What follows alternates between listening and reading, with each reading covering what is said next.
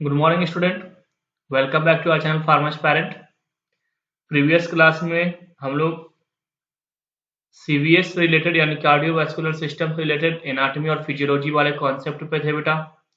उनमें से बहुत सारे कॉन्सेप्ट हम लोग कंप्लीट कर लिए थे। आज वाली क्लास में बेटा हम लोग इलेक्ट्रोफिजियोलॉजी पे कमांड करेंगे, यानी इलेक्ट्रोफिजियोलॉजी वाला जो पोर्शन है, जो कॉन्सेप्ट है, उस कॉन्सेप्ट को हम लोग क्या करेंगे, क्लियर करेंगे। तो आज हेडिंग डाल लेते हैं इलेक्ट्रोफिजियोलॉजी ऑफ हार्ट।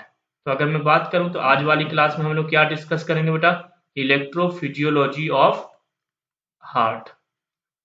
अब इलेक्ट्रोफिजियोलॉजी की अगर मैं बात करूं तो जितने भी फिजियोलॉजी हैं, लास्ट वाली क्लास में जो मैंने बताया था कि कैसे सर्कुलेशन होगा, डबल सर्कुलेशन क्या होगा, राइट एट्रियम में कौन से ब्लड आएंगे, ऑक्सीजनेटेड या डीऑक्सीजनेटेड ब्लड का कैसे ट्रांसपोर्ट होगा, वाल्व का क्या रोल होगा, वो सारे कॉन्सेप्ट हम लोग लास्ट क्लास में क्या कर लेते, क्लियर कर लेते। वो जो फिजियोलॉजी था बेटा, जो ब्लड का सर्कुलेशन से रिलेटेड हम लोग जो फिजियोलॉजी डिस्कस किए थे, वो फिजियोलॉजी तो बहुत ही सिंपल था।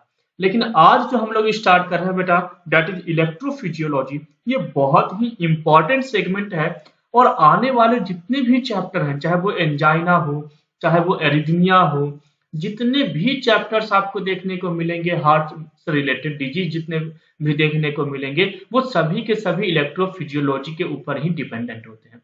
और इलेक्ट्रोफिजियोलॉजी हमें समझना बहुत ही ज्यादा इंपॉर्टेंट है और ये बहुत कॉम्प्लिकेटेड भी कॉन्सेप्ट है। लेकिन अगर आप अच्छे से इस क्लास को आज देख लोगे या अच्छे से मेरे क्लास के कॉन्सेप्ट को समझ लोगे तो 100% आई एम श्योर कि आपको ये जो कॉन्सेप्ट है इलेक्ट्रोफिजियोलॉजी, वो पूरी की पूरी समझ में आ जाएगी और पूरे लाइफ टाइम तक आप कभी भी इलेक्ट्रोफिजियोलॉजी पे कभी भी आपको कोई कंफ्यूजन नहीं आएगा।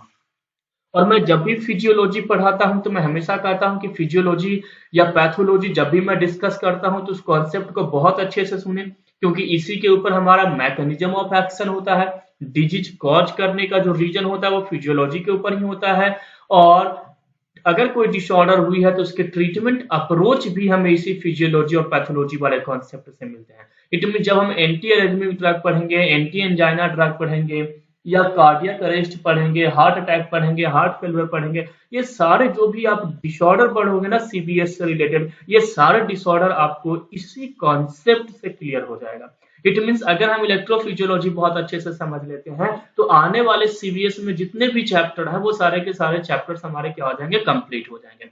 देखो एंटी हाइपरटेंसिव ड्रग का जो चैप्टर था उसकी फिजियोलॉजी बहुत ही सिंपल थी, दैट्स व्हाई वो चैप्टर हम लोग ऑलरेडी डिस्कस कर लिए बगैर इलेक्ट्रोफिजियोलॉजी को डिस्कस किए हुए। लेकिन आने वाले अब जितने भी चैप्टर्स आपको जो सीबीएस के अंदर में पढ़ना है उनमें आपको इलेक्ट्रोफिजियोलॉजी के बारे में जानना बहुत ही जरूरी है। तो सबसे पहले आते हैं भाई कि फिजियोलॉजी तो सिंपल था कि फिजियोलॉजी में हम लोग क्या करते हैं भाई, तो how to any organ work, यही हम लोग क्या करते हैं उसमें स्टडी करते हैं। लेकिन इलेक्ट्रोफिजियोलॉजी का मीनिंग क्या है, ये इलेक्ट्रोफिजियोलॉजी क्या कहता है। तो अगर मैं इलेक्ट्रोफिजियोलॉजी की बात करूं बेटा, तो इलेक्ट्रोफिजियोलॉजी एक्चुअली क्या है, physiology which is based on electrical impulse generation.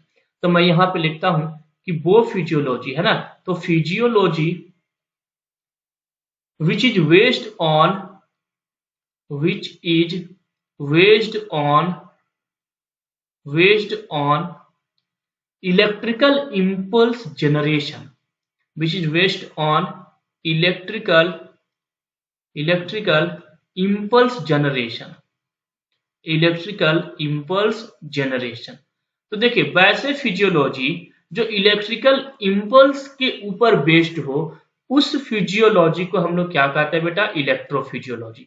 तो इलेक्ट्रोफिजियोलॉजी का सिंपल सा मीनिंग मैंने क्या बताया कि physiology which is based on electrical impulse generation is known as electrophysiology. तो इलेक्ट्रोफिजियोलॉजी का कॉन्सेप्ट क्लियर होगा कि यहाँ पर जो हम हार्ट का इलेक्ट्रोफिजियोलॉजी पढ़ेंगे वो किसके ऊपर पढ़ेंगे भाई, तो वो हार्ट का जो इलेक्ट्रोफिजियोलॉजी होगा वो इस इम्पल्स जनरेशन के ऊपर डिपेंडेंट होगा। इम्पल्स का मतलब होता है स्टिमुलाई का डेवलपमेंट होना, स्टिमुलाई का जनरेशन होना, यानी न्यूरो जनरेशन होना, है ना। तो यहाँ पर इम्पल्स यानी एक मैसेज का जनरेशन होना।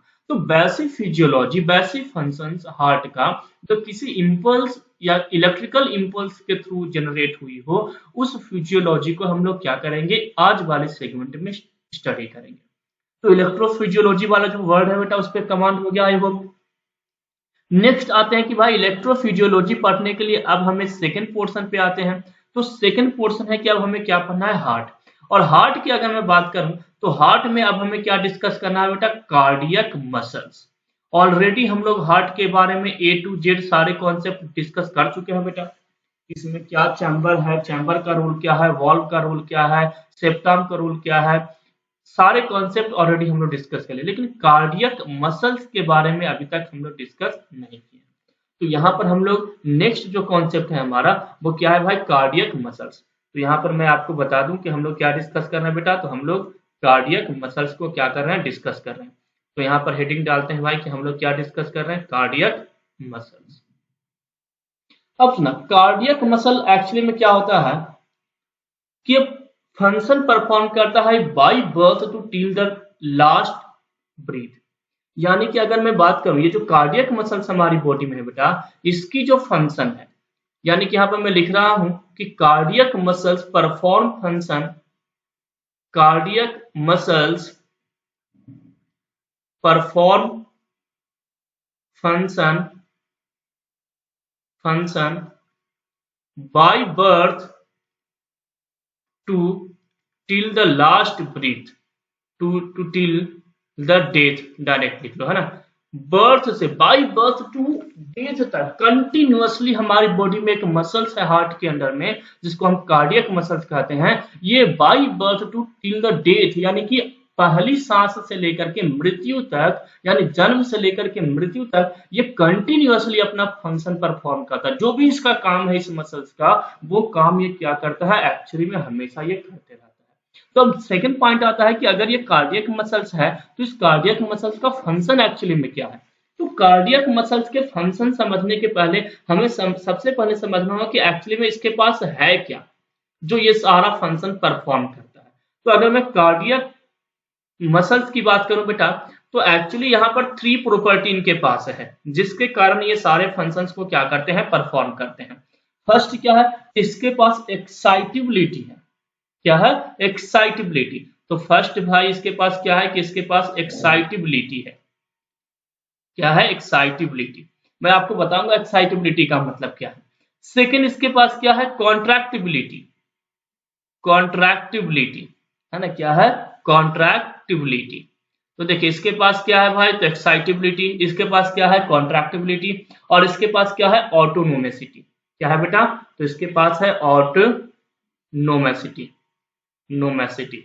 अब इन तीनों का मीनिंग समझ लेते हैं। तो देखो कार्डियक मसल्स क्या है, तो हमेशा ये फंक्शन परफॉर्म करता है, कभी भी रेस्ट नहीं करता बेटा, जब से हमारा बर्थ होता है और टिल द लास्ट ब्रीथ, यानी कि डेथ तक ये कंटिन्यूअसली अपना फंक्शन परफॉर्म करता है। और ये फंक्शन इसलिए परफॉर्म कर पाता है क्योंकि इसके पास 3 प्रॉपर्टी है, एक्साइटेबिलिटी, कॉन्ट्रैक्टिबिलिटी और ऑटोनोमेसिटी। इसके पास कितनी प्रॉपर्टी है, टोटल 3 प्रॉपर्टी है, एक्साइटेबिलिटी, contractibility and autonomicity है।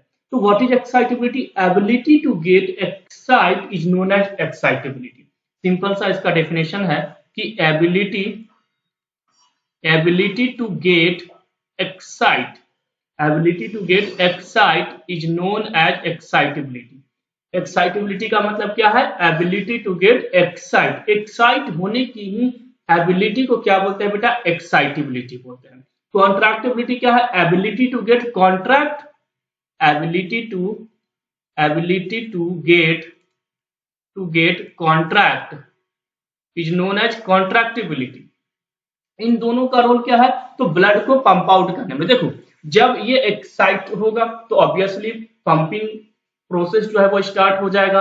तो पंपिंग प्रोसेस स्टार्ट होगा तो ब्लड का क्या होगा बेटा, वहां पर पंप आउट होगा। जब ये कॉन्ट्रैक्ट होंगे तो मैंने आपको लास्ट क्लास में बताया था कि जब चैम्बर कॉन्ट्रैक्ट होगा तो ब्लड बाहर पंप आउट हो जाएगा। तो एक्साइटेबिलिटी और कॉन्ट्रैक्टिबिलिटी का कॉमन मैं यहाँ पर आपको फंक्शन बता रहा हूँ कि इन दोनों का कॉमन फंक्शन क्या है। तो इन दोनों का कॉमन फंक्शन है कि ये क्या करते हैं, हेल्प करते हैं to pump out the blood, pump out the blood. Blood को पंप आउट करने में ये क्या करते हैं, हेल्प करते हैं, दोनों के दोनों, चाहे एक्साइटेबिलिटी हो चाहे वो कॉन्ट्रैक्टिबिलिटी हो। लेकिन बाकी जो प्रोसेसेस है बेटा उसमें क्या होता है, यानी कि ऑटोनोमिसिटी में क्या होता है, तो ऑटोनोमिसिटी का मतलब होता है phenomena by which anything regulate itself. क्या है बेटा, सिंपल सा इसका मीनिंग है कि phenomena by which anything regulate itself, anything regulate itself, यानी कि वो फिनोमिना जिसके थ्रू कोई भी चीज क्या होता है बेटा, खुद को क्या करता है, रेगुलेट करता है। इस प्रोसेस को हम क्या कहते हैं, ऑटोनोमिसिटी। यानी ये सेल्फ डिपेंडेंट है, ये किसी दूसरे के ऊपर डिपेंडेंट नहीं है। और जो सेल्फ डिपेंडेंट जो मसल्स यहाँ पे प्रेजेंट है बेटा हार्ट के अंदर में, कार्डियक मसल्स के अंदर में, उसको हम लोग क्या कहते हैं, मायोकार्डियम। एक्चुअली में वो मायोजेनिक है और वहीं से वो वर्ड लिया गया है मायोकार्डियम।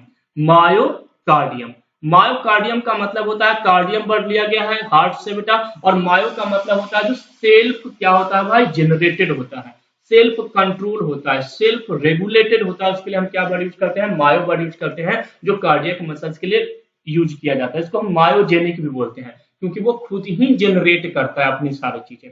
तो देखना यहाँ पर क्या है कि जो कार्डियक मसल्स हैं ये क्यों, जैसे देखो कोई इंसान कोमा में अगर चला जाता है, यानी किसी की ब्रेन डेड कर जाती है, ब्रेन हमारी बॉडी की मेन ऑर्गन है, ब्रेन डेड हो गई यानी कि हमारी पूरी बॉडी का जो फंक्शन है ऑलमोस्ट सभी के सभी क्या हो जाते हैं, डिस्टर्ब हो जाते हैं, सभी के सभी स्टॉप हो जाते हैं। लेकिन वो इंसान को हम डेथ घोषित नहीं करते हैं, डेथ प्रूफ नहीं करते हैं, बिकॉज उसकी हार्ट अभी भी बीट कर रही होती है।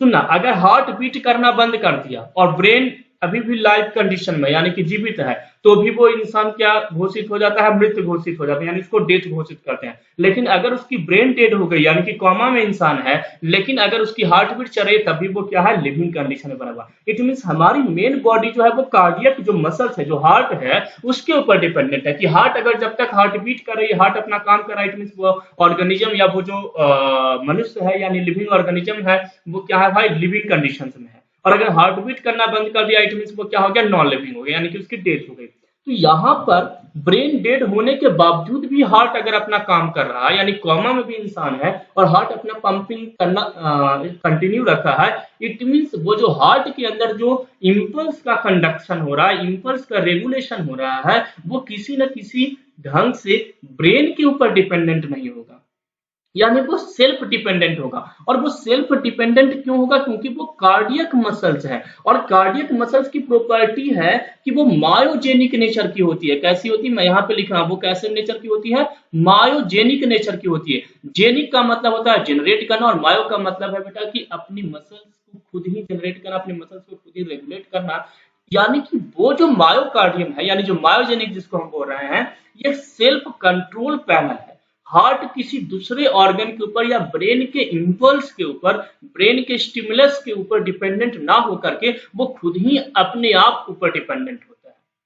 उसी को हम क्या बोलते हैं बेटा, मायोकार्डियम बोलते हैं। तो देखो इलेक्ट्रोफिजियोलॉजी, अभी हम लोगों ने क्या डिस्कस किया कि इलेक्ट्रोफिजियोलॉजी, इलेक्ट्रोफिजियोलॉजी का मीनिंग मैंने आपको बता दिया। और हार्ट में मैंने क्या बताया कि हार्ट में कार्डियक मसल्स हमें डिस्कस करना बाकी था, और कार्डियक मसल्स का function by birth till the last breath of life होती है। मैंने इसके बाद बताया कि कार्डियक मसल्स क्यों इतनी फंक्शन परफॉर्म करती है, कंटिन्यूअसली क्यों फंक्शन परफॉर्म करती है, क्यों वो रेस्टिंग कंडीशन में नहीं जाती है, because of they have excitability, contractibility and autonomicity. उसके पास क्या क्या बेटा, एक्साइटेबिलिटी होती है, यानी कि वो खुद ही एक्साइट हो सकता है, खुद ही कॉन्ट्रैक्ट कर सकता है। और उसके पास सबसे मेन इंपॉर्टेंट है कि उसके पास क्या है, एक मायोकार्डियम है जो ऑटोनोमिसिटी प्रोसेस को क्या करती है, रेगुलेट करती है। इट मीन्स ये खुद ही अपने आप को क्या करता है, रेगुलेट करता है, किसी दूसरे के ऊपर ये डिपेंडेंट नहीं होता है। तो नेक्स्ट कॉन्सेप्ट पे आते हैं, मायोकार्डियम एक्चुअली में क्या है। नेक्स्ट कॉन्सेप्ट पे आते हैं कि एक्चुअली ये मायोकार्डियम क्या है। तो अब हेडिंग डालते हैं बेटा हम लोग मायोकार्डियम। अगर मैं मायोकार्डियम की बात करूं जो अभी हम लोगों ने डिस्कस करना स्टार्ट किए थे, इट मीन्स अब नेक्स्ट कॉन्सेप्ट पे आते हैं, और नेक्स्ट कॉन्सेप्ट अपना क्या है बेटा, मायोकार्डियम। अगर मैं मायोकार्डियम की बात करूं तो फंक्शन के बेस पर एक्चुअली ये टू टाइप्स में डिवाइड किए गए हैं। ये जो मायोकार्डियम है on the basis of function, इसको हम क्या कर सकते हैं बेटा, तो टू पार्ट में इसको हम क्या कर सकते हैं, डिवाइड कर सकते हैं। तो चलिए हमने मायोकार्डियम को क्या कर दिया भाई, इसको डिवाइड कर दिया। इसको हम लोगों ने क्या कर दिया बेटा, डिवाइड कर दिया on the basis of function. Function के बेस पर हमने इसको क्या कर दिया, डिवाइड कर दिया। और डिवाइड करने के बाद हमारे पास क्या मिला कि मायोकार्डियम जो है, जो मसल्स हमारी बॉडी में प्रेजेंट है, इस मायोकार्डियम मसल्स में दो तरह के सेल प्रेजेंट हैं। एक तो कॉन्ट्रैक्टिंग सेल है और एक कंडक्टिंग सेल है। तो फर्स्ट हमारे पास क्या है भाई, तो कॉन्ट्रैक्टिंग सेल जो कॉन्ट्रैक्शन के लिए रिस्पॉन्सिबल होंगे, तो इसके पास एक कॉन्ट्रैक्शन यानी कॉन्ट्रैक्टिंग सेल है। तो यहाँ पर इसके पास क्या है भाई, तो इसके पास एक सेल है और उस सेल का नाम है कॉन्ट्रैक्टिंग सेल, कॉन्ट्रैक्टिंग सेल है। और सेकंड इसके पास क्या प्रेजेंट है बेटा, कंडक्टिंग सेल प्रेजेंट है। तो second one is conducting cell.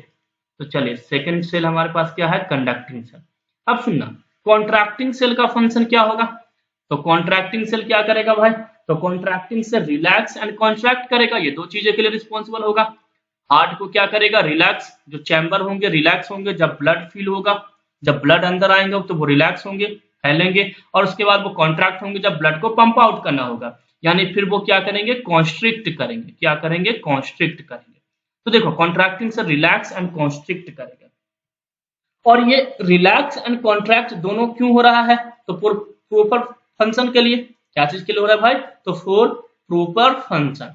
अगर वो कॉन्ट्रैक्ट और रिलैक्स नहीं होगा तो ब्लड पंप आउट कैसे होगा, रिलैक्स होना यानी कि ब्लड का फील होना हार्ट के अंदर, यानी कि किसी न किसी चैम्बर के अंदर, और कॉन्ट्रैक्ट होना यानी कि ब्लड का बाहर जाना हार्ट से। तो ये दोनों क्या है, ब्लड का काम, हार्ट का काम ही क्या है कि ब्लड को पंप आउट करना, और पंपिंग तब होगा जब रिलैक्सेशन और कॉन्ट्रैक्शन दोनों होगा, यानी हार्ट का डायलेशन भी होना है, वहां पर डायलेट भी करेगा चैम्बर और वो कॉन्स्ट्रिक्ट भी करेगा। जब तक दोनों नहीं होगा तब तक वहां पर वो ब्लड का पंप आउट नहीं होगा।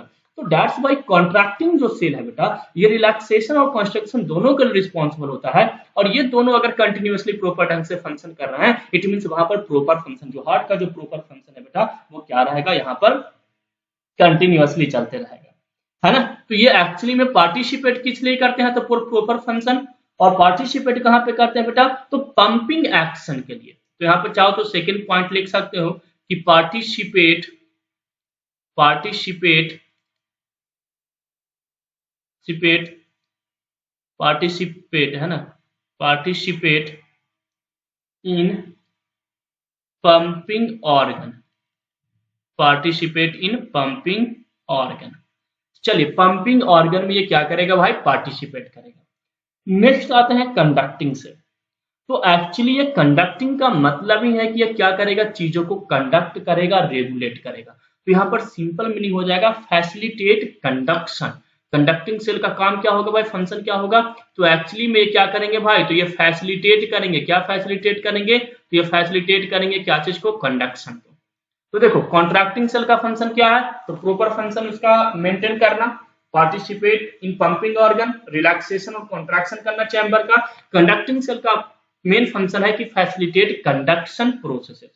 और कंडक्शन प्रोसेसेस एक्चुअली में क्या होता है कि जब हम नॉर्मल सेल की बात करते हैं तो वहां तो न्यूरॉन्स के थ्रू होंगे।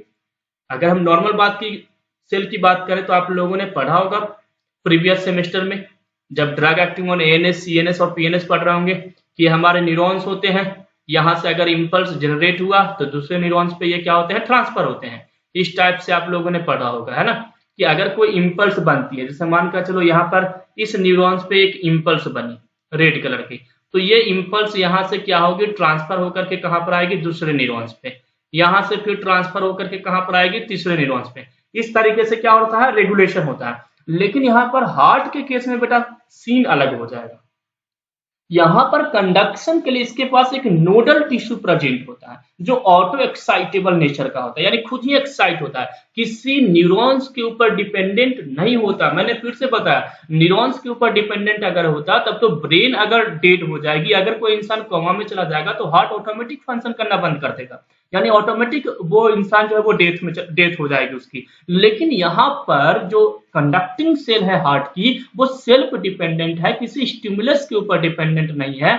दैट्स वाई यहाँ पर रोल अलग हो जाता है। तो फैसिलिटेट कंडक्शन, और कंडक्शन के लिए इसके पास क्या है, तो इस कंडक्शन प्रोसेस के लिए बेटा बहुत अच्छे से समझना चीजों को। थोड़ी सी राइटिंग खराब बन रही है डिजिटल बोर्ड के कारण, लेकिन कॉन्सेप्ट बहुत अच्छे से मैं क्लियर कर दूंगा बेटा, आप अच्छे से इसको सुनते जाना। कंडक्शन के लिए यहाँ पर क्या है बेटा, तो कंडक्शन के लिए इसके पास क्या है, तो for conduction it have nodal tissue. इसके पास क्या है भाई, नोडल टिश्यू प्रेजेंट होते हैं। क्या प्रेजेंट होते हैं, नोडल टिश्यू। अभी आप लोगों ने सुना होगा ना, नोडल ऑफिसर नियुक्त किए गए हैं कोविड को लेकर के, मतलब होता है ना कि स्पेशल ऑफिसर नियुक्त किए जाते हैं। तो यहाँ पर नोडल टिश्यू का मतलब ये है कि इनके पास एक special type of tissue present है, जिसकी प्रॉपर्टी क्या है, इस नोडल टिश्यू की प्रॉपर्टी क्या है, तो ये प्रॉपर्टी इनकी है कि ये ऑटो एक्साइटेबल है।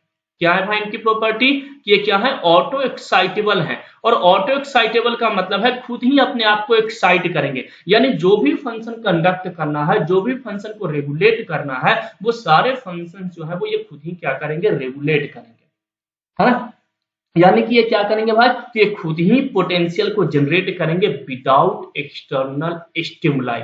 याद रखेंगे यहाँ पर जो नोडल टिश्यू है ये एक्सटर्नल स्टिमुलाई के ऊपर डिपेंडेंट नहीं है बेटा। जो कंडक्टिंग सेल है मायोकार्डियम के अंदर, यानी हार्ट के अंदर जो मायोकार्डियम जो मसल्स है बेटा, उसके अंदर जो कंडक्टिंग सेल है ये आउटर स्टिमुलाई यानी एक्सटर्नल स्टिमुलाई यानी ब्रेन के किसी भी स्टिमुलाई या बॉडी के किसी दूसरे स्टिमुलाई के ऊपर डिपेंडेंट नहीं है, टोटली डिपेंडेंट नहीं है। ये थोड़ा बहुत डिपेंडेंट रहेंगे ऐसा भी नहीं है, ब्रेन से मैसेज जाता है तो उसको रिसीव भी करते हैं और उसके अकॉर्डिंग हार्ट बीट इंक्रीज भी करते हैं या हार्ट बीट डिक्रीज भी करते हैं, लेकिन ये टोटली डिपेंडेंट नहीं है ना। ये अपना मर्जी से, अगर ब्रेन सिग्नल नहीं भी सेंड करेगा तो ये खुद ही अपने हार्ट को अपनी पूरी बॉडी के अकॉर्डिंग क्या कर लेगा, उसको कंडक्ट कर लेगा, रेगुलेट कर लेगा। तो दैट्स व्हाई प्रोसेस याद रखना है कि ये ऑटो एक्साइटेबल है और एक्सटर्नल स्टिमुलाई के ऊपर डिपेंडेंट नहीं है। It mean does not dependent on external stimuli. चाहो तो मैं यहाँ पे लिख देता हूँ, है ना, ताकि आप भूल ना पाओ। क्या है भाई, तो does not dependent on external stimuli, does not dependent on external stimuli, है ना। एक्सटर्नल स्टिमुलाई के ऊपर ये डिपेंडेंट नहीं होते हैं बेटा। कौन से, तो जो कंडक्टिंग सेल प्रेजेंट है, जो नोडल टिश्यू यहाँ पे प्रेजेंट है, वो है बेटा, वो कंडक्ट किसी एक्सटर्नल स्टिमुलाई के ऊपर डिपेंडेंट नहीं होते हैं। चलिए तो नेक्स्ट प्रोसेस पे आते हैं। ये जो नोडल टिश्यू हैं इनके एग्जांपल्स क्या क्या है। इस नोडल टिश्यू के हम लोग क्या पर आ जाते हैं, एग्जाम्पल पे आ जाते हैं। नोडल टिश्यू में आपको क्या देखने को मिलेगा भाई, तो एसए नोड। क्या देखने को मिलेगा बेटा, एसए नोड यानी कि साइनो एट्रियल नोड। और क्या देखने को मिलेगा बेटा, एबी नोड यानी कि एट्रियो वेंट्रिकुलर नोड। मैं शॉर्ट में लिख रहा हूं, एबी नोड यहाँ पे आपको देखने को मिलेगा। और क्या देखने को मिलेगा भाई, तो यहाँ पर देखने को मिलेगा बंडल ऑफ हिंज। और क्या देखने को मिलेगा भाई, तो पुरकिंजे फाइबर। क्या देखने को मिलेगा, पुरकिंजे फाइबर। आपको क्या देखने को मिलेगा, पुरकिंजे फाइबर। तो देखो यहां पर आपको जो नोडल टिश्यू के फॉर्म में जो कंडक्टिंग सेल जो हार्ट में जो प्रेजेंट है उसके कंडक्शन के लिए जो रिस्पॉन्सिबल होते हैं, तो ये जो रिस्पॉन्सिबल वाले जो नोडल टिश्यू है वो क्या है भाई, तो एसए नोड है यानी साइनोएट्रियल नोड, एबी नोड यानी कि atrioventricular node, bundle of hinge यानी कि बीओएच, और क्या है बेटा, पुरकिंजे फाइबर।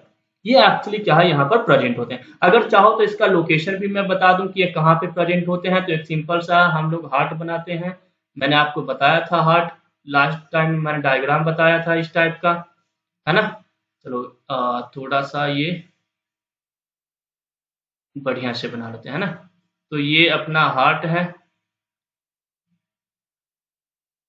चलिए ये अपना चैम्बर हो गया, ये अपना चैम्बर हो गया, ये एक चैम्बर है और ये एक चैम्बर है ना। चलिए तो ये अपना हार्ट था।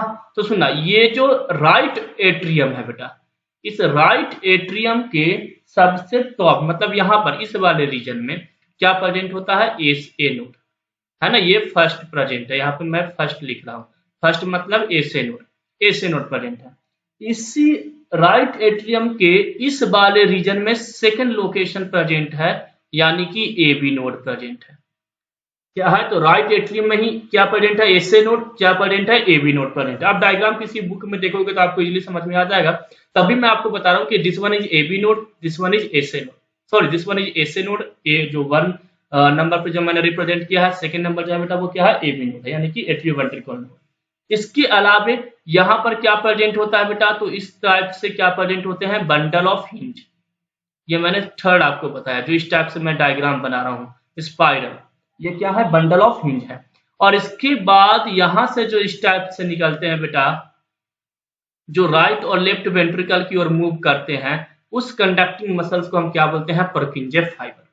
यानी दिस वन इज पुरकिंजे फाइबर। आया समझ में? तो देखो लोकेशंस भी मैंने क्लियर कर दिया कि हार्ट में कहाँ कहाँ पे वो नोडल टिश्यू प्रेजेंट है। तो नोडल टिश्यू के सबसे पहले ना, और इन्हीं का बहुत बड़ा रोल है जी। अभी हम लोग पढ़ेंगे इनके सारे रोल्स को। इनके बगैर कुछ भी चीजें हमारी हार्ट के अंदर नहीं होगी। जब भी यहाँ पर कुछ भी प्रोसेस होगा तो एसए नोड ही है जो पेस मेकर कहलाता है। यानी एसए नोड ही है जो वो क्या करेगा, यहाँ पर एक्शन पोटेंशियल डेवलप करेगा, जिसके थ्रू ये जो हार्ट का जो इलेक्ट्रोफिजियोलॉजी है वो फंक्शन परफॉर्म करना स्टार्ट करेगा, यानी जो हार्ट जो है अपना काम करना शुरू करेगा। मैं बताऊंगा आने वाले टाइम पे कि एक्शन पोटेंशियल कैसे डेवलप होगा, कैसे एसए नोड एक्टिवेट होंगे, ये सारे कॉन्सेप्ट को भी मैं क्या करूंगा नेक्स्ट टाइम आपको क्लियर करूंगा।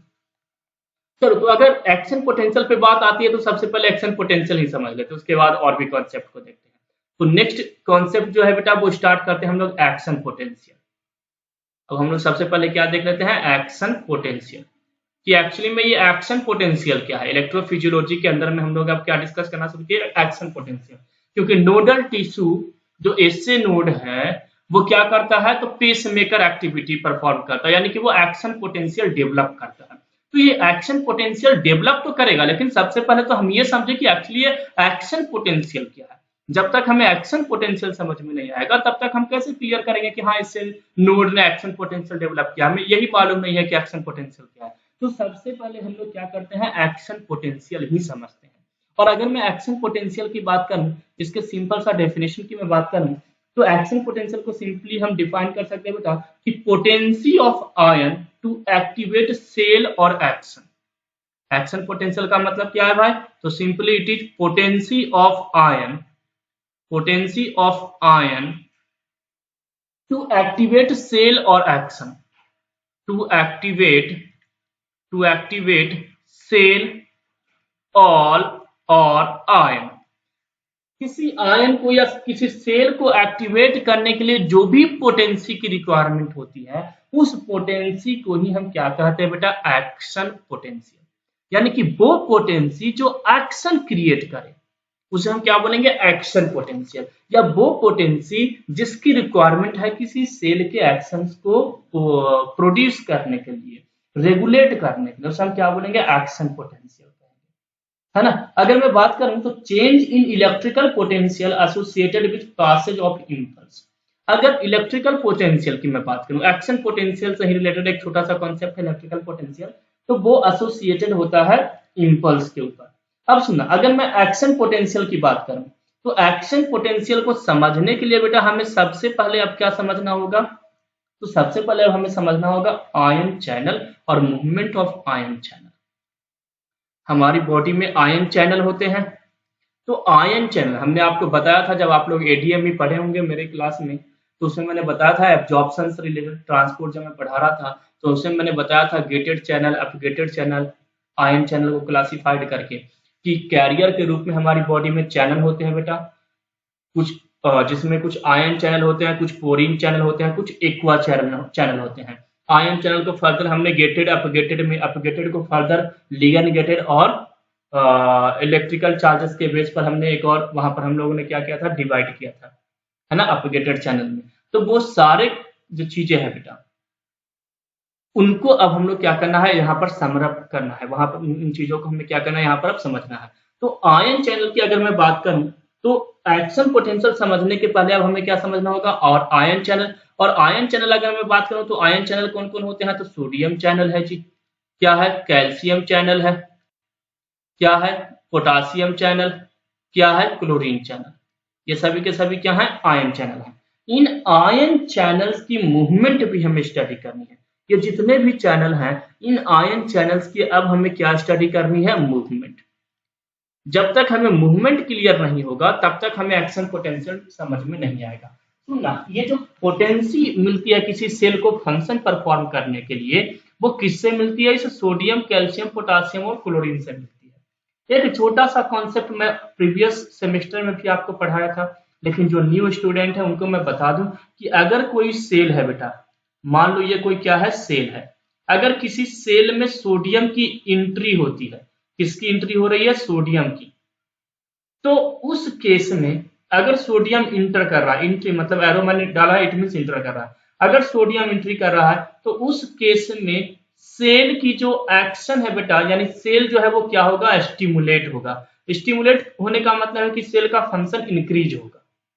अगर किसी सेल के अंदर कैल्शियम की भी एंट्री हो रही है, सोडियम प्लस कैल्शियम मैं लिख देता हूं, तो भी सेल क्या होगा, स्टिमुलेट होगा। याद रखेंगे। अगर कि देखो मैंने क्या बताया कि एक्शन किसके लिए भाई, तो सेल को फंक्शन परफॉर्म करने के लिए, यानी सेल को पोटेंसी देने के लिए। और सेल को पोटेंसी देने के लिए, एक्शन देने के लिए कौन रिस्पॉन्सिबल है, आयन चैनल। और हमारी बॉडी में कितने आयन चैनल है, 4, सोडियम, कैल्शियम, पोटासियम और क्लोरीन। अब मैंने आपको क्या बताया कि अगर किसी सेल में सोडियम और कैल्शियम की एंट्री होती है तो वो क्या करेगा, स्टिमुलेट करेगा।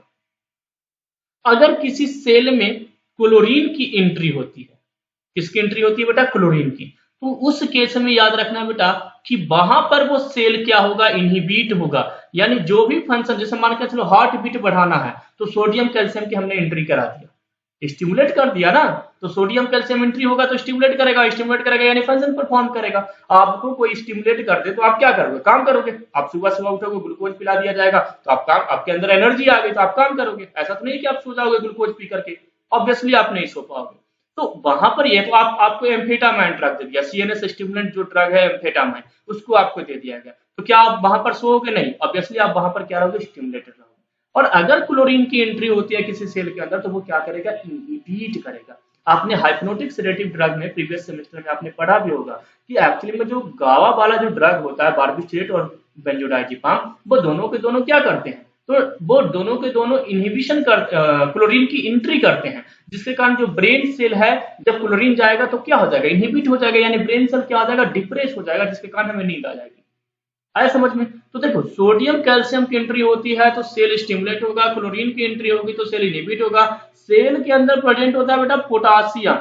अगर ये पोटासियम बाहर जाता है, याद रखें, अगर ये पोटासियम बाहर जाएगा तो भी सेल क्या होगा, इनहिबिट होगा।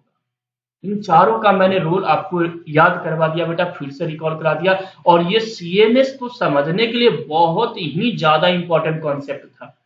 जो हमारे प्रीवियस सेमेस्टर के स्टूडेंट होंगे, जो हमारे पुराने स्टूडेंट जो इस वीडियो को देख रहे होंगे, उनको मालूम होगा कि सर जो बोल रहे हैं वो क्या बता रहे हैं, क्योंकि मैंने जितने भी टॉपिक सीएनएस में आपको पढ़ाए थे उसमें मैंने बताया था कि इन्हीं आयंस का सबसे ज्यादा रोल होता है। इन्हीं के कारण ब्रेन डिप्रेस होगा, या तो स्टिमुलेट होगा, या तो बॉडी का कोई भी सेल जी, बॉडी का कोई भी सेल अगर स्टिमुलेट होता है या डिप्रेस होता है तो केवल और केवल यानी कि सोडियम, कैल्शियम, पोटासियम और क्लोरीन के कारण होती है।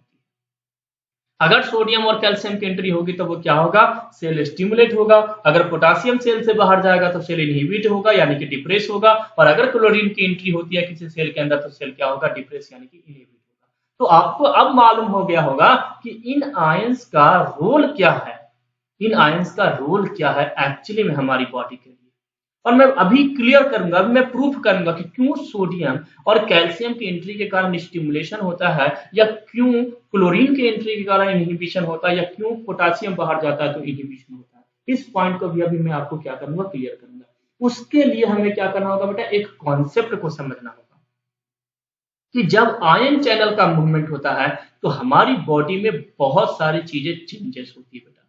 किसी भी सेल में, किसी भी सेल में अगर आयन चैनल्स की मूवमेंट हो रही है, अगर सोडियम, पोटासियम, कैल्शियम, क्लोरीन अगर मूव करना शुरू कर दिया तो वहां पर बहुत सारे चेंजेस आपको देखने को मिल सकते हैं। और वो चेंजेस क्या देखने को मिलेंगे, तो चेंजेस में आपको क्या देखने को मिलेगा बेटा कि अगर मैं बात करूं पहली कंडीशन कि अगर सेल हमारा रेस्टिंग कंडीशन में है, रेस्टिंग कंडीशन का मतलब है कि सेल अपना काम नहीं कर रहा है, मतलब अभी रेस्ट कंडीशन में है, यानी अगर रेस्टिंग पोटेंशियल है, पोटेंशियल क्या है भाई, रेस्टिंग है किसी सेल की, तो अगर आयंस की मूवमेंट होना शुरुआत होती है, अगर आयन मूव करना शुरू होता है तो सेल रेस्टिंग कंडीशन में है। यहाँ पर इस पॉइंट को मैं हटा दूं बेटा, यहाँ पर सेल अगर रेस्टिंग कंडीशन में है, अगर सेल रेस्टिंग कंडीशन में है तो उस कंडीशन में, अगर सेल रेस्टिंग कंडीशन में है और इस कंडीशन में अगर आयंस की मूवमेंट होना स्टार्ट हो जाती है, आयंस की मूवमेंट स्टार्ट हो जाती है, तो देखो यहाँ पे मैंने पॉइंट लिख दिया कि अगर सेल जो है वो रेस्टिंग कंडीशन में है,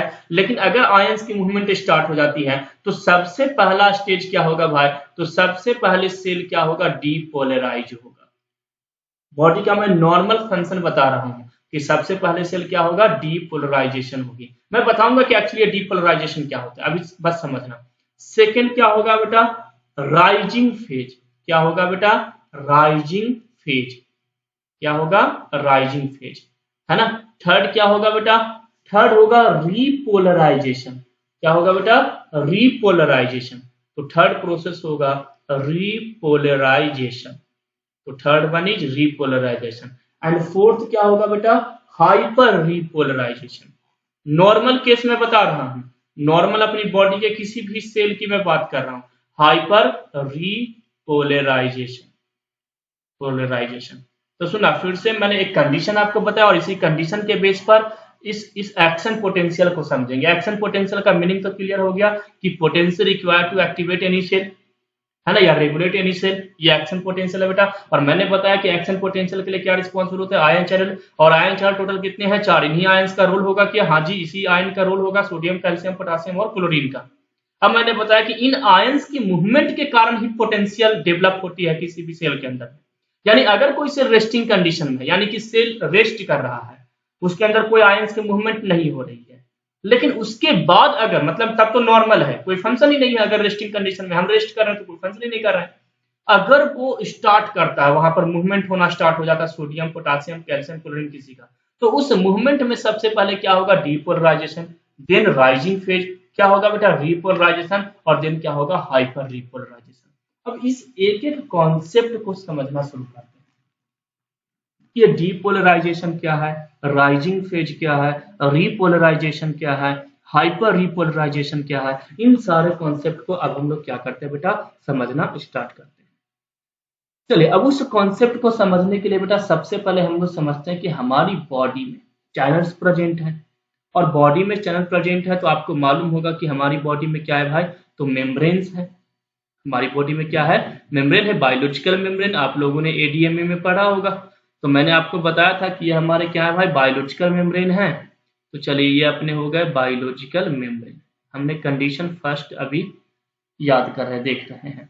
और कंडीशन फर्स्ट में हमने क्या ध्यान रखा है भाई, रेस्टिंग फेज, यानी कि हमारी बॉडी रेस्टिंग कंडीशन में है। तो चलिए, रेस्टिंग फेज थोड़ा सा और लार्ज कर देते हैं चीजों को।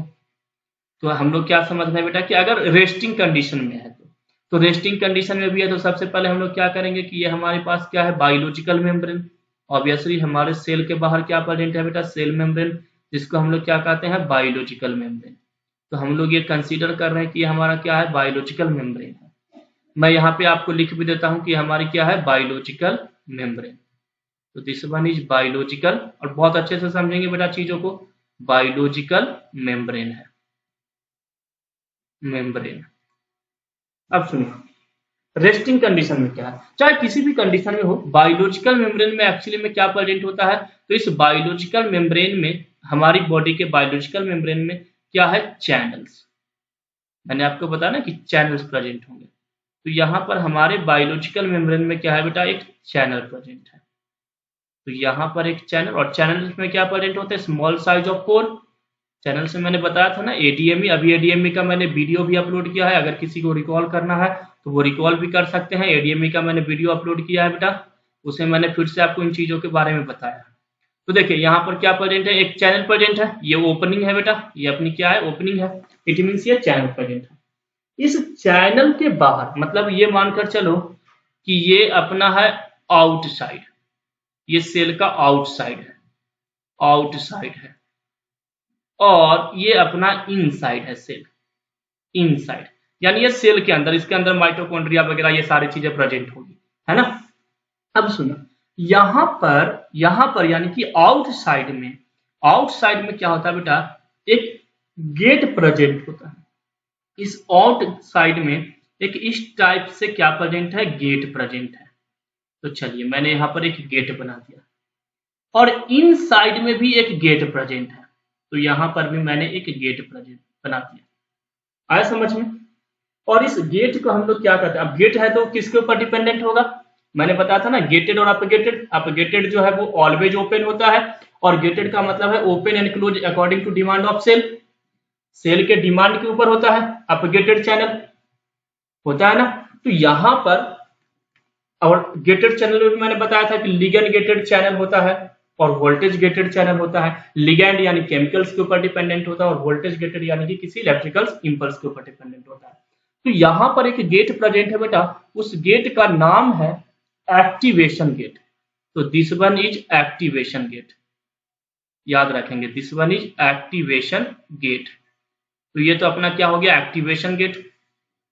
और जो इनसाइड द सेल प्रेजेंट है बेटा, जो इनसाइड द सेल जो प्रेजेंट है उसको हम इनएक्टिवेशन या तो हॉल्ट गेट भी बोलते हैं। तो this one is inactivation cell. Inactivation नाम अच्छे से याद रखेंगे, इनका बहुत बड़ा रोल है बेटा। इनएक्टिवेशन गेट या तो इसको हॉल्ट गेट भी बोलते हैं। तो यहां तक कॉन्सेप्ट आई होप क्लियर हो गया होगा आपको कि अगर कोई सेल रेस्टिंग कंडीशन में हो, चाहे किसी भी कंडीशन में हो, अभी तो हम लोग कंसीडर कर रहे हैं रेस्टिंग कंडीशन में, तो जो बायोलॉजिकल मेम्ब्रेन होता है, जब कोई सेल है, जैसे मान के चलो ये एक सेल है, तो सेल के बाहर एक मेम्ब्रेन प्रेजेंट है, तो इसे हम बायोलॉजिकल मेम्ब्रेन कहते हैं। तो उस बायोलॉजिकल मेम्ब्रेन में क्या प्रेजेंट है भाई, तो आयन चैनल प्रेजेंट है। मैंने ग्रीन से जो डिसाइड किया बताया बेटा, ये क्या है, आयन चैनल है। तो this one is ion channel, यहाँ पे मैं लिख देता हूँ, this one is ion channel. Ion channel यानी कि यहाँ से आयन, सोडियम, पोटासियम, क्लोरीन कोई भी क्या कर सकता है, मूव कर सकता है। आया समझ में। यहाँ पर दो गेट है, एक्टिवेशन और इनएक्टिवेशन। याद रखेंगे, इनएक्टिवेशन इनसाइड में है और एक्टिवेशन आउटसाइड में। ये बायोलॉजिकल मेम्ब्रेन है जिसमें आप लोगों ने पढ़ा होगा कि फॉस्फोलिपिड का बना होता है, हेड टेल सारे प्रेजेंट होते हैं। ये सारी चीजें आप लोगों ने ऑलरेडी क्लियर की होंगी। अब सुनना, ये तो कहानी हमने बता दिया कि एक्चुअली में मेम्ब्रेन की स्टोरी है। अब आते हैं कि रेस्टिंग पेज में एक्चुअली क्या होता है। तो सुनना, अगर कोई सेल है बेटा, मैं यहाँ पे आपको क्लियर कर रहा हूँ, एक पॉइंट को बहुत अच्छे से याद रखना। ये मान लो मैंने आपको क्या बताया कि this one is a cell, ये हमारी बॉडी का क्या है, सेल है।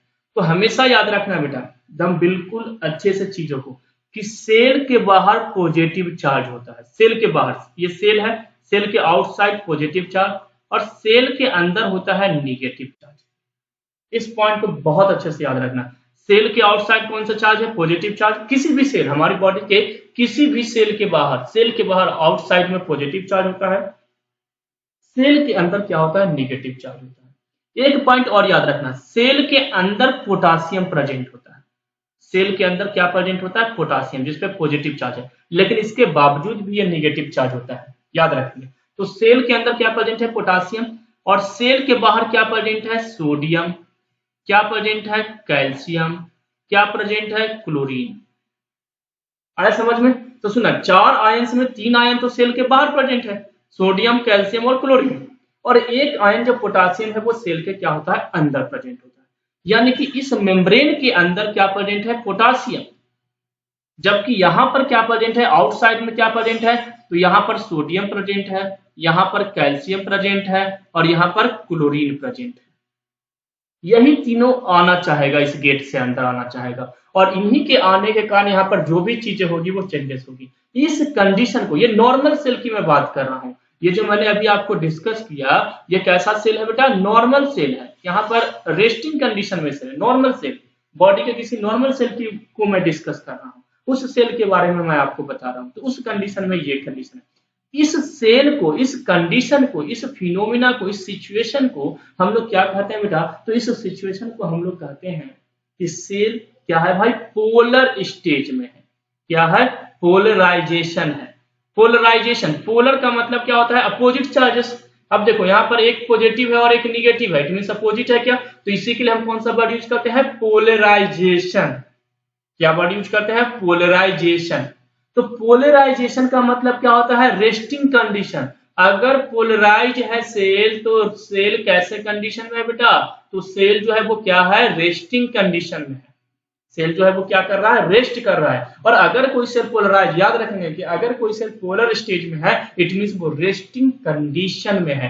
यानी इस रेस्टिंग फेज की मैं बात करूं तो इस रेस्टिंग फेज में सोडियम, कैल्शियम और क्लोरीन ये तीनों बाहर हैं और पोटासियम सेल के अंदर है। ये एक्टिवेशन गेट भी क्लोज है, इनएक्टिवेशन गेट भी क्लोज है। यानी कोई भी आयंस ना अंदर आ रहा है और ना ही अंदर का आयंस कोई बाहर जा रहा है।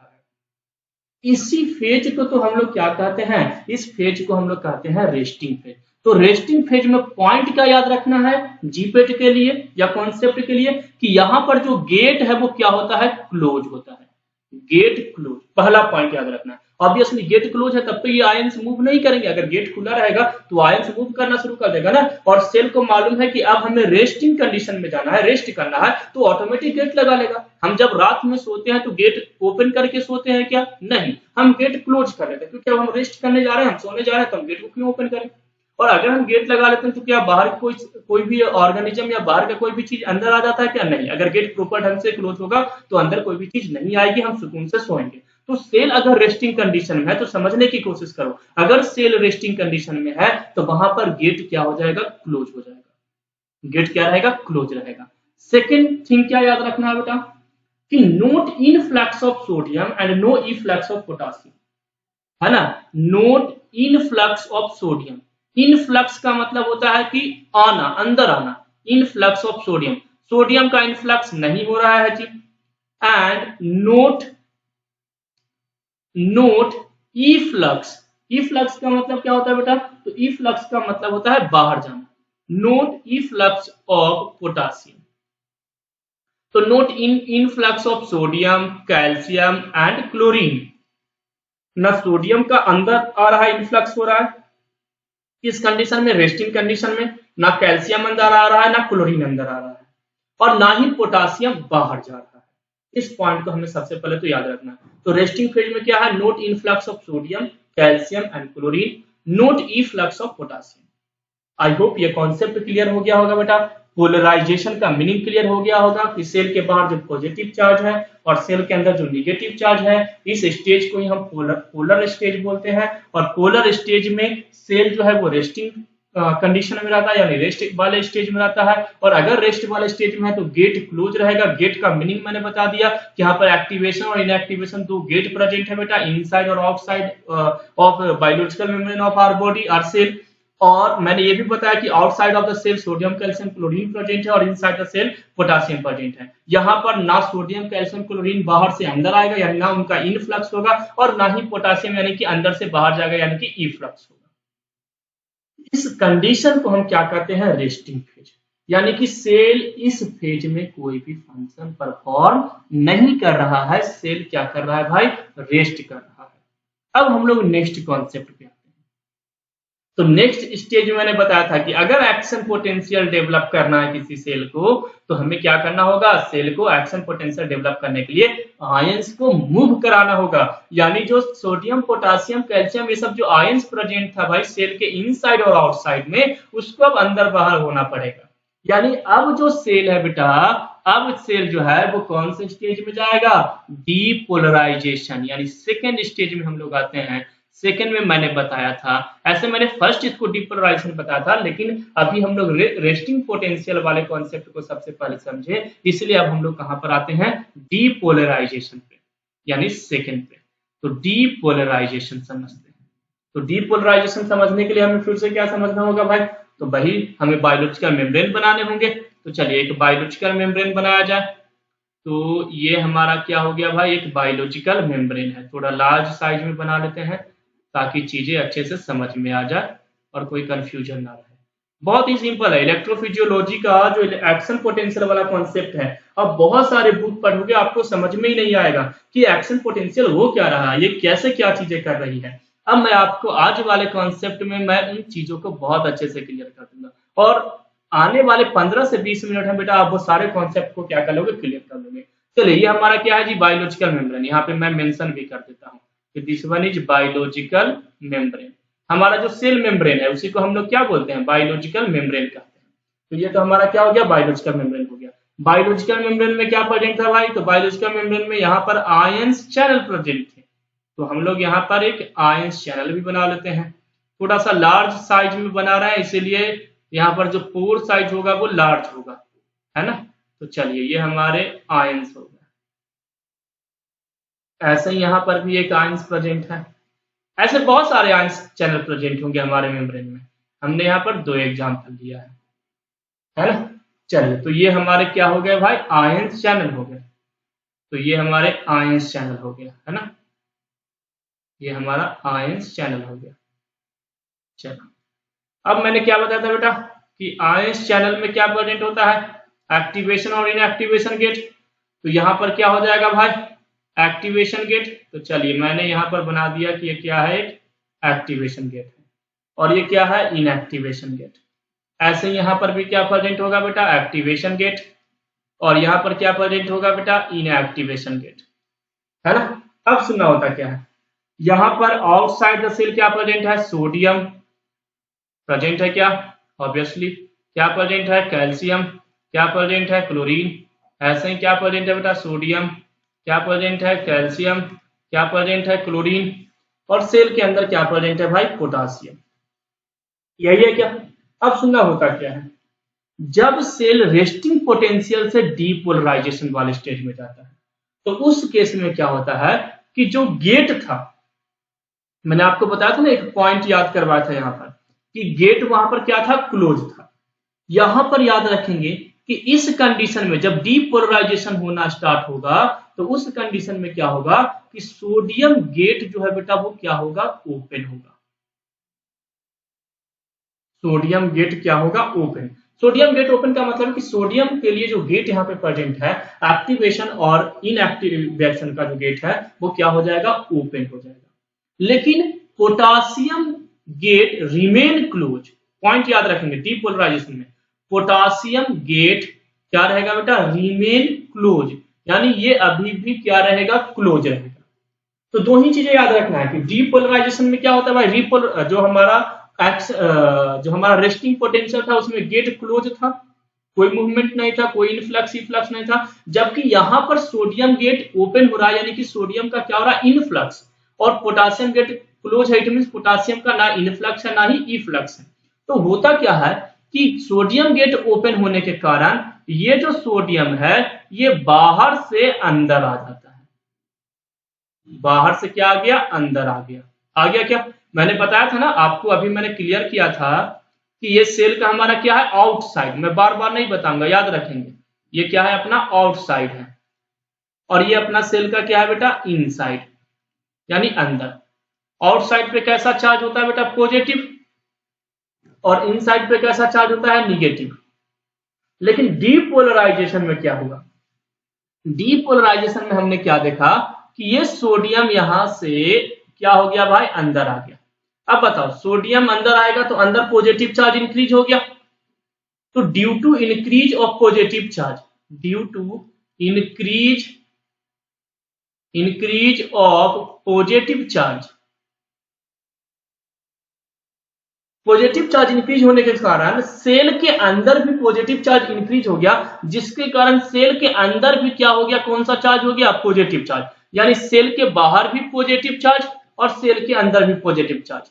देखो पहले यहां पर क्या था, निगेटिव, पहले क्या था, निगेटिव था। निगेटिव क्यों था, क्योंकि सोडियम वगैरह बाहर था। अब बाहर से अगर हम बाहर से अगर हम सोडियम को लेकर के अंदर आते हैं और सोडियम के ऊपर अगर पॉजिटिव चार्ज है, तो ऑब्वियसली इस सेल के अंदर भी पॉजिटिव चार्ज क्या हो जाएगा, कंटिन्यूअसली इंक्रीज हो जाएगा। जिसके कारण जो सेल हम लोग नॉर्मल सेल देखे थे कि अंदर निगेटिव होता है बाहर पॉजिटिव होता है, इस स्टेज को हम पोलराइजेशन या पोलर सेल बोलते हैं। अब क्या हो गया कि सोडियम की एंट्री के कारण अंदर भी पॉजिटिव चार्ज हो गया और बाहर भी पॉजिटिव चार्ज है, यानी पोलर वर्ड जो है वो पोलराइजेशन जो है वो खत्म हो गई। और पोलराइजेशन अगर खत्म हो गई तो उसके लिए निगेटिव के लिए हमने कौन सा वर्ड यूज किया, डीपोलराइजेशन।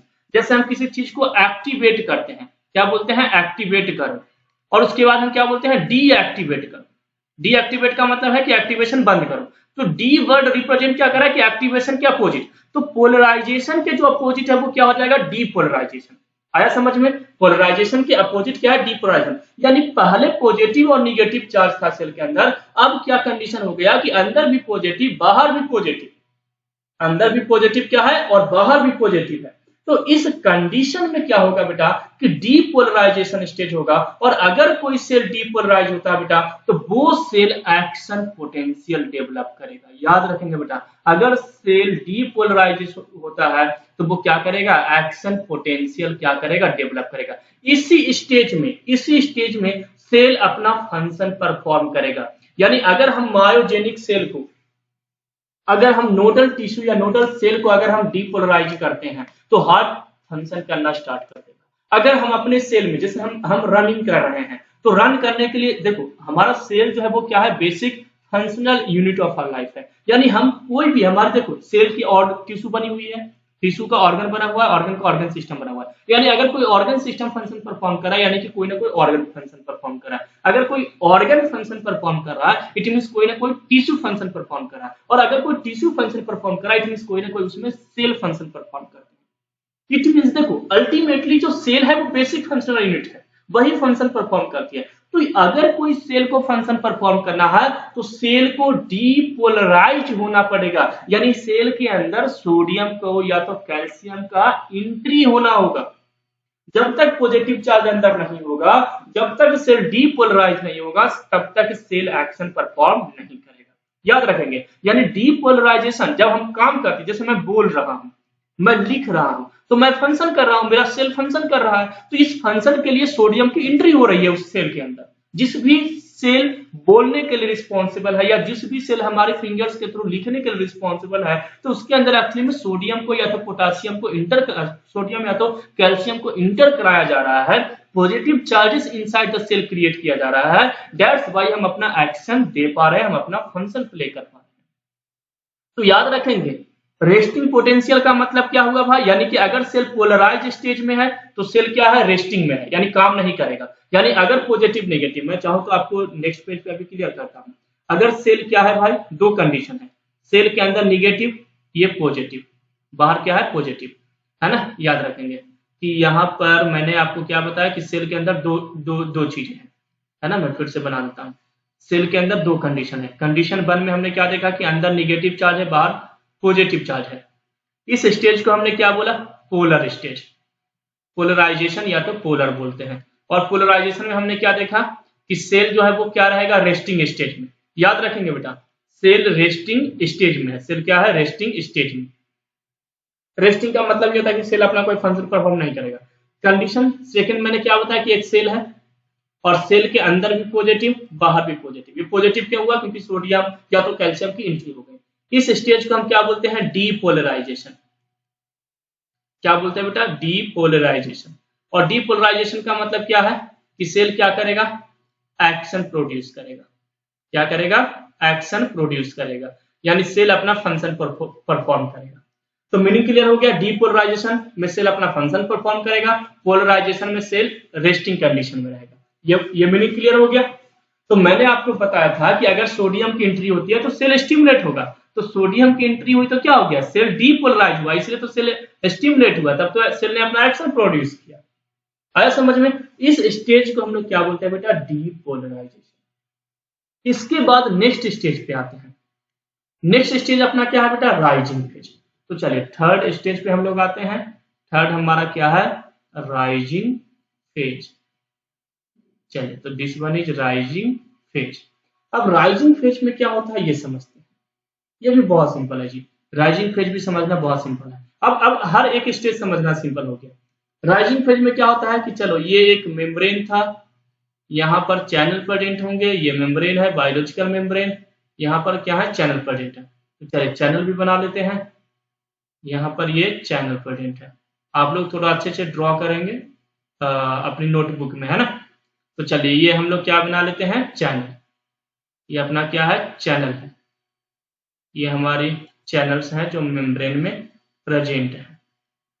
तो चलिए ये चैनल है, ये आउटसाइड है और ये इनसाइड है ना। अब होता क्या है राइजिंग फेज में, यहाँ पर ये activation gate, this one is inactivation gate, this one is activation, this one is inactivation, this one is activation, this one is inactivation.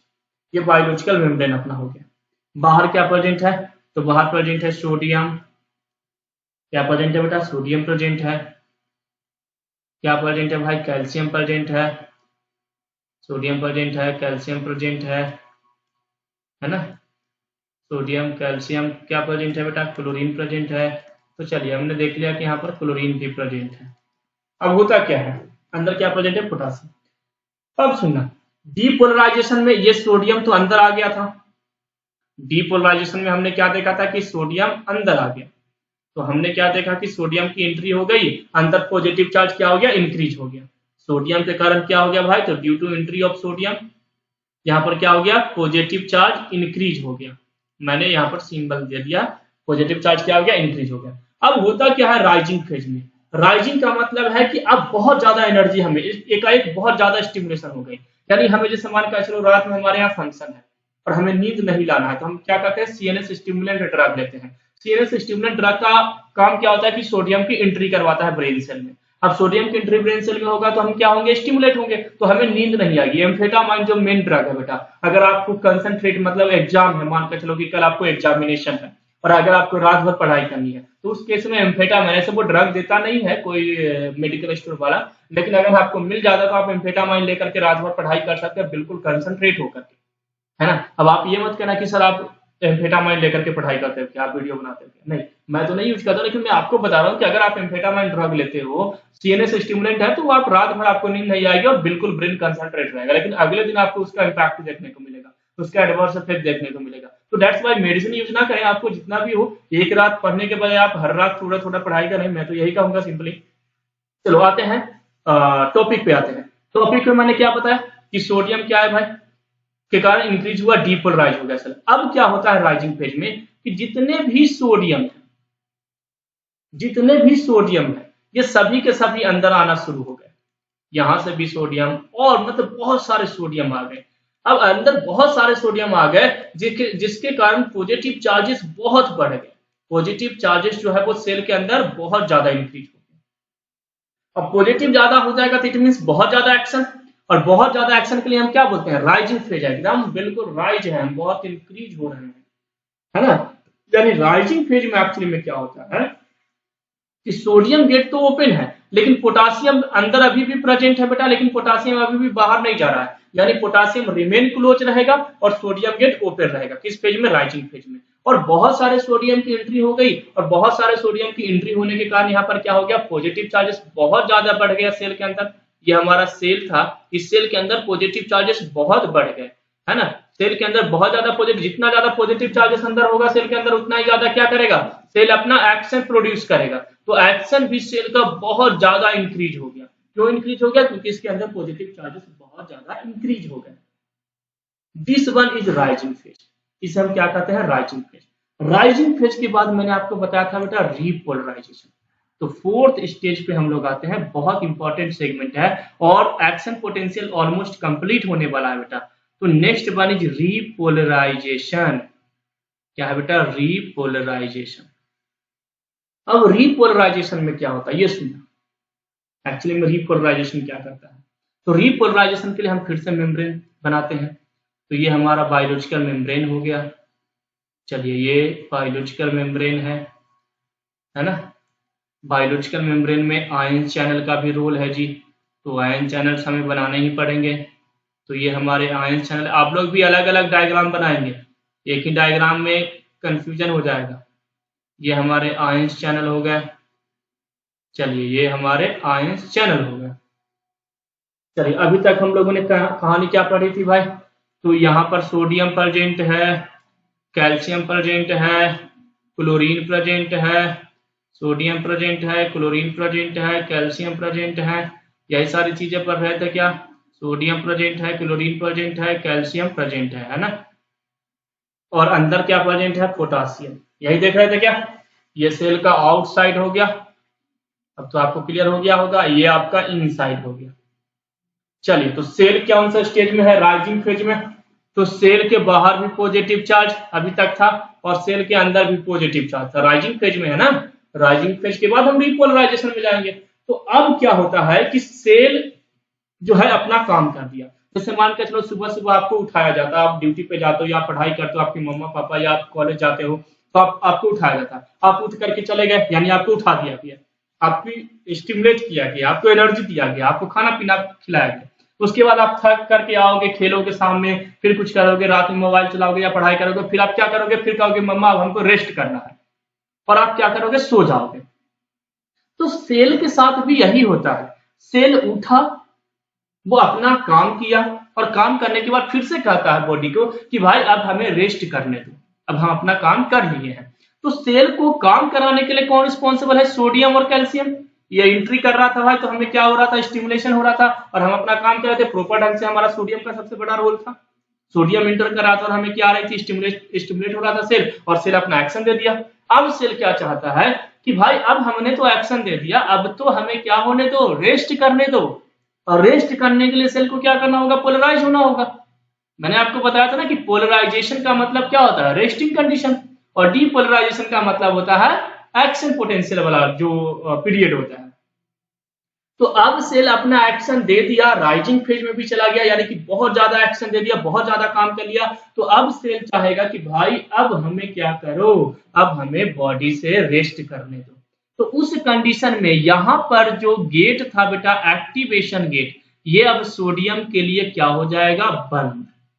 अब सोडियम आना तो चाहेगा, लेकिन कहेगा अंदर वाला नहीं नहीं नहीं, अब रेस्ट कर रहा है, इसको छोड़ दो। जैसे मान के चलो आप सो रहे होगे और आपका दोस्त आता है बुलाने के लिए कि मामा श्याम है क्या, या रोहित है क्या, उसको बाहर भेजो, आंटी रोहित को बाहर भेजो, तो आप क्या कहोगे, नहीं नहीं वो तो सो रहा है, उसको छोड़ दो। तो वैसे ही सोडियम आता है, कहता है मुझे सेल के अंदर जाने दो, उसको उठाना है। तो यहाँ पर एक गेट लगा हुआ है और वो गेट मना करता है कि नहीं नहीं नहीं, आप अंदर मत जाओ, अंदर वो सो रहा है, यानी अब रेस्टिंग कंडीशन में है। तो इसलिए वहां पर सोडियम गेट को क्लोज किया जाता है। तो यहाँ पर पॉइंट याद रखेंगे बेटा, पॉइंट याद रखेंगे कि सोडियम जो गेट है, सोडियम जो गेट है वो क्या हो जाएगा, क्लोज हो जाएगा। किसके केस में, रीपोलराइजेशन। रीपोलराइजेशन यानी वापस से हम पोलराइज वाले स्टेज में हो रहे हैं, वापस से सेल रेस्टिंग कंडीशन में जाना चाह रहा है, सेल अपना एक्शन प्रोड्यूस कर दिया, अब सेल क्या करना चाह रहा है भाई, तो रेस्टिंग कंडीशन में जाना चाह रहा है। तो अब सोडियम गेट क्लोज होगा। लेकिन यहां पर एक और चीज क्या होगा, तो पोटासियम जो गेट है बेटा वो क्या हो जाएगा, ओपन। तो अभी तक हमने क्या देखा कि ये सेल है और सेल के बाहर भी पॉजिटिव चार्ज था और सेल के अंदर भी पॉजिटिव, डीपोलराइजेशन है। लेकिन अब क्या होगा बेटा, यानी कि रीपोलराइजेशन वाले में क्या देखने को मिलेगा कि अगर हम रीपोलराइजेशन वाले स्टेज में जाते हैं तो क्या देखने को मिलेगा कि ये जो सेल है, सेल के बाहर तो पॉजिटिव चार्ज है, लेकिन सेल के अंदर जो पोटासियम है, इस पोटासियम को बाहर कर दिया जाएगा। और सेल के बाहर अगर पोटासियम जाएगा यानी पॉजिटिव चार्ज बाहर जाएगा, और पॉजिटिव चार्ज बाहर जाएगा तो अंदर क्या हो जाएगा, नेगेटिव, और बाहर पॉजिटिव। तो यहां से ये जो पोटासियम है बेटा, ये पोटासियम यहां से अब बाहर चले गए, यहां से ये पोटासियम जो है, क्योंकि पोटासियम गेट खुल गया, अब पोटासियम बाहर चला गया। जितने भी पोटासियम प्रेजेंट है और जो जो पोटासियम के लिए गेट खुलेगा, उन सारे गेट से पोटासियम क्या हो गया, बाहर। अब बताओ अगर पोटासियम बाहर जाएगा तो यहां पर जो सेल के पास पॉजिटिव चार्ज था वो अब निगेटिव, क्योंकि पॉजिटिव तो हमने बाहर कर दिया ना, सोडियम तो अपना काम कर दिया। ये मत सोचना कि सोडियम तो सर अंदर अभी भी प्रेजेंट है, सोडियम तो अंदर आया और एक्शन पोटेंशियल किया, सोडियम खत्म, सोडियम को लॉस्ट हो गया बॉडी में। अब सोडियम यहाँ पर प्रेजेंट नहीं है, सोडियम आया अंदर, यहां से सोडियम ऐसे आया था पॉजिटिव चार्ज लेकर के, इसने अपना एक्शन दिया और इसी के साथ ये खत्म हो गया। अंदर क्या प्रेजेंट है, केवल पोटासियम।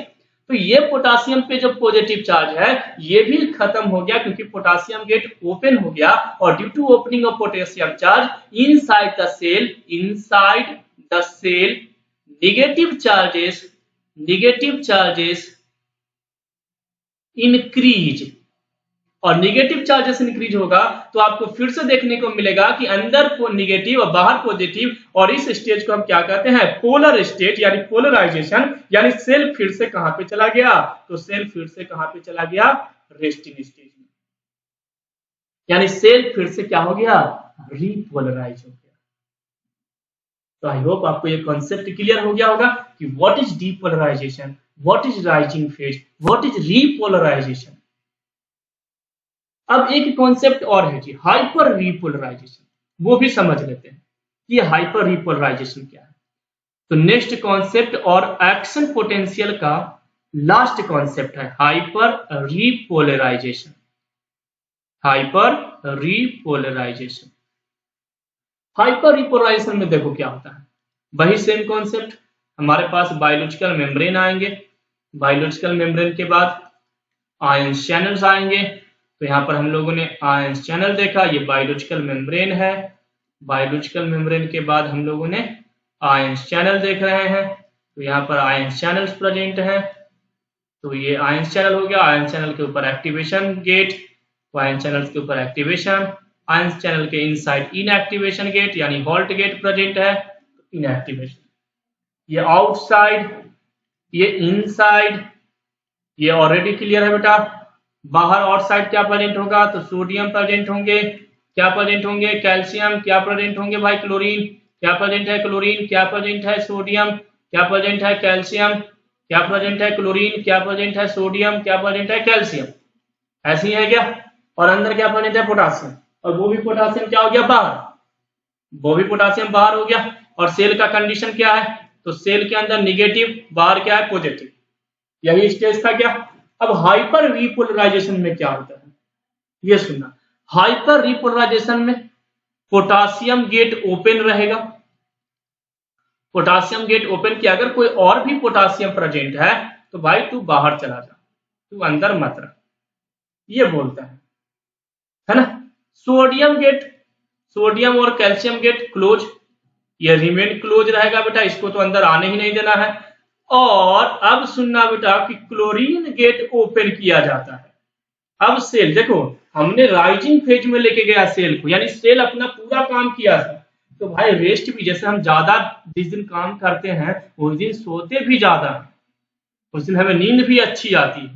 तो वही बात होती है कि सेल अगर डीपोलराइज हुआ और उसके बाद अगर वो राइजिंग फेज में चला गया है, अगर वो राइजिंग फेज में गया यानी कि सेल बहुत काम कर लिया, तो भाई बहुत उसको रेस्ट भी तो करना पड़ेगा ना, केवल रिपोलराइजेशन से काम नहीं चलेगा भाई, उसको हाइपर रिपोलराइज होना पड़ेगा। यानी सेल को भी आप बहुत अच्छे से आराम करने दीजिए, क्योंकि आपने सेल से बहुत ज्यादा काम करवा लिया। तो अब क्या होता है बेटा कि ये जो क्लोरीन है बाहर आउटसाइड द सेल, इस क्लोरीन को अंदर लाया जाता है, यहां से भी क्लोरीन को अंदर लाया जाता है। ये भी क्लोरीन, मतलब जितने भी गेट हैं वहां से क्लोरीन, क्योंकि क्लोरीन गेट को ओपन कर दिया गया। अब क्लोरीन गेट अंदर अगर एंट्री होगा बेटा, तो इस कंडीशन में सेल के अंदर क्या होगा, निगेटिव चार्जेस इंक्रीज हो जाएंगे। निगेटिव चार्जेस अगर इंक्रीज हुआ यानी सेल के अंदर पोलराइजेशन जो है बेटा वो क्या हो गया, इंक्रीज हो गया। और अगर सेल के अंदर पोलराइजेशन इंक्रीज हो गया यानी सेल की रेस्टिंग कैपेसिटी इंक्रीज हो गई। अब सेल कहां पे चला गया, हाइपर रिपोलराइजेशन। तो आई होप ये जो एक्शन पोटेंशियल है कि सेल कैसे काम करता है, कैसे रेगुलेट होता है हमारी बॉडी में, कैसे मैंने आपको जो प्रीवियस सेमेस्टर में बताया था कि सोडियम की एंट्री कैसे होती है, ये सारी चीजें उसके एंट्री से क्या होते हैं, तो आई होप ये कॉन्सेप्ट आपको क्लियर हो गया होगा। और हार्ट के केस में भी बेटा ऑलमोस्ट यही कॉन्सेप्ट होते हैं। हार्ट के केस में क्या होता है, एक सिंपली एक ग्राफ बनता है, जिस ग्राफ को हमें समझना होगा। जब तक हम उस ग्राफ को नहीं समझेंगे तब तक हमें ये जो कॉन्सेप्ट है वो कॉन्सेप्ट का रोल जो है वो नहीं समझ में आएगा। तो नेक्स्ट क्लास में हम लोग क्या करेंगे, जो ग्राफ वाला जो पैटर्न है कि वहां पर हार्ट में कैसे रिपोलराइजेशन होता है, राइजिंग पोटेंशियल कब डेवलप होता है, हाइपर रिपोलराइजेशन का रोल क्या है, उस हार्ट के केस में हम फेज 1, फेज 0, फेज 2, फेज 3 ऐसे करके इन सारे कॉन्सेप्ट को क्या करेंगे, क्लियर करेंगे। तो आई होप ये depolarization, repolarization, hyper repolarization, rising phase, polarization वाला कॉन्सेप्ट क्लियर हो गया होगा। हार्ट से रिलेटेड जो इलेक्ट्रोफिजियोलॉजी का जो एक्शन पोटेंशियल का कॉन्सेप्ट है बेटा, ये आई होप आपको क्लियर हो गया होगा। मैंने जो नोडल टिश्यू के बारे में एसए नोड, एबी नोड या बंडल ऑफ हिंजी या पुरकिंजे फाइबर्स के बारे में पढ़ाया है, इनके बारे में इनका यूज अभी तक मैंने अप्लाई नहीं किया, एप्लीकेशन इसका मैंने नहीं बताया है। आने वाली क्लास में मैं इसका एप्लीकेशन भी बताऊंगा बेटा, जब मैं हार्ट की इलेक्ट्रोफिजियोलॉजी को आपको बताऊंगा। लेकिन उसके बाद वाला जो कॉन्सेप्ट था कि एक्शन पोटेंशियल के थ्रू हार्ट जो है वो क्या करता है, कंडक्टिविटी करता है, यानी कि हार्ट का जो सेल है, हार्ट का जो मसल्स है वो फंक्शंस को क्या करते हैं, रेगुलेट करते हैं। तो इस एक्शन पोटेंशियल वाले कॉन्सेप्ट को हम लोग क्या करिए, कंप्लीट करिए। अगर कोई डाउट है बेटा तो आप डायरेक्टली मेरे को कॉल करके, या अगर मैं कॉल रिसीव ना करूं तो मुझे व्हाट्सएप पे मैसेज करके वो डाउट क्लियर कर लें। और अगर आपको पास मेरा नंबर नहीं है तो आप डायरेक्ट इस चैनल पे कमेंट के थ्रू आप अपने डाउट क्लियर कर सकते हैं। नेक्स्ट क्लास में मिलते हैं बेटा नेक्स्ट कॉन्सेप्ट के साथ। Thanks for watching farmers parent.